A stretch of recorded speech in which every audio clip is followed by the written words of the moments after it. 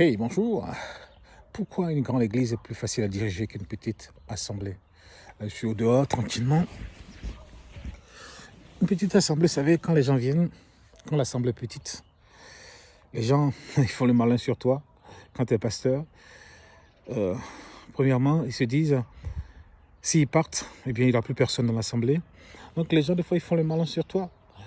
Et certains, quand tu commences à prêcher sur le péché, s'ils vivent dans le péché, les gens, deux fois, ils ne sont pas contents, ils viennent te menacer. Si ça continue, nous, on va quitter l'assemblée, on ne vient plus ici. Certains ne payent pas leurs offrandes ni leurs dîmes. Et il faut payer la salle, il faut faire tout pour payer la salle, payer tout ce qu'il y a à payer, des fois même payer aider le pasteur, je dirais, parce qu'on ne peut pas le payer quand l'assemblée est petite. Hein. Et sans compter tous les problèmes euh, qu'on peut rencontrer dans l'assemblée. Le dimanche, tu arrives, il faut que toi-même tu installes tout. Les gens, ils viennent, des fois, ils viennent pas, ils ne sont pas réguliers. Et tous les problèmes que tu peux rencontrer dans l'assemblée. Problèmes au niveau des finances, problèmes spirituels avec les gens, problèmes au niveau de la croissance de l'assemblée, des gens quelquefois qui te font des menaces et tout. Alors qu'une grande assemblée, quand tu arrives, l'assemblée, elle est grande. Lorsqu'on avait une grande assemblée, il est grande. Il y a même des gens, même des fois, je ne sais même pas qu'ils sont dans l'assemblée parce que des fois j'ai vu des gens à Paris, ils m'ont salué, mais je ne savais même pas qu'ils étaient dans l'assemblée. Voyez-vous, les gens, ils arrivent, ils payent leurs offrandes, leur disent, on peut payer la salle, on peut payer le pasteur, on peut payer le pasteur stagiaire, tout roule, tout se passe bien, les gens ne viennent pas te menacer. S'ils viennent, ils viennent, s'ils ne viennent pas, il y a d'autres personnes qui sont là, il n'y a pas de souci par rapport à ça. Donc, une grande assemblée est plus facile à diriger qu'une petite assemblée. Petite assemblée, mais c'est galère. Surtout dans les petites villes, c'est galère, c'est galère, c'est galère. Et il faut savoir aussi que qu'on appelle la plupart de nos communautés, je prends l'exemple de la communauté congolaise, ils aimeraient avoir un pasteur qui est congolais. Si le pasteur n'est pas congolais, ça sera très difficile pour vous. C'est une réalité.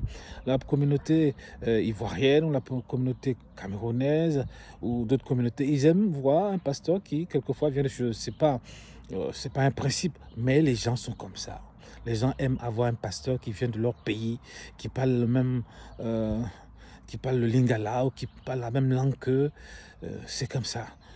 Tu arrives à Miami, bah, si tu travailles dans la communauté haïtienne, faut parler créole haïtien, sinon les gens ne viendront pas. Tu as beau être le plus grand prédicateur.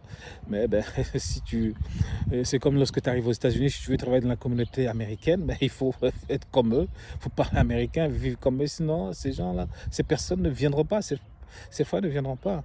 Et pour finir, je dirais que, euh, comme je l'ai dit dès le début, une grande assemblée est plus facile à diriger.